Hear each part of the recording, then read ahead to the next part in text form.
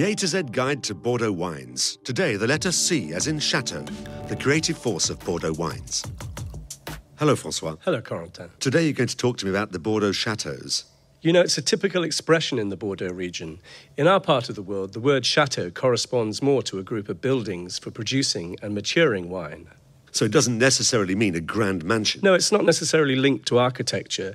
It's more in connection with the concept of wine. A wine is the interaction between the soil, the climate, the grape variety, and the wine grower's know-how. Is it possible to visit these wine estates? Yes, of course, and I would advise you to do so. There are 8,000 little treasures to discover in the Bordeaux region, from small family-owned estates to vast domains with Bordeaux grape-classified growths, and they're all open to the general public. You know, opportunities for wine tourism have developed enormously over the past 20 years.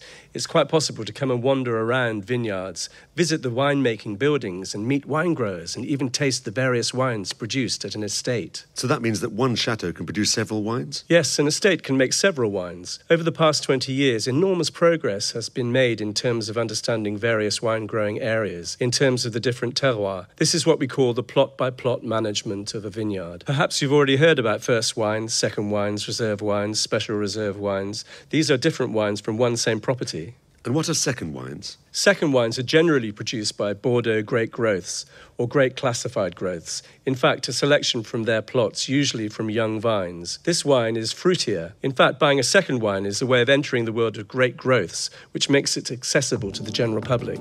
Chateau, property and second wine, meticulous selection. Now you know as much about Bordeaux wines as I do.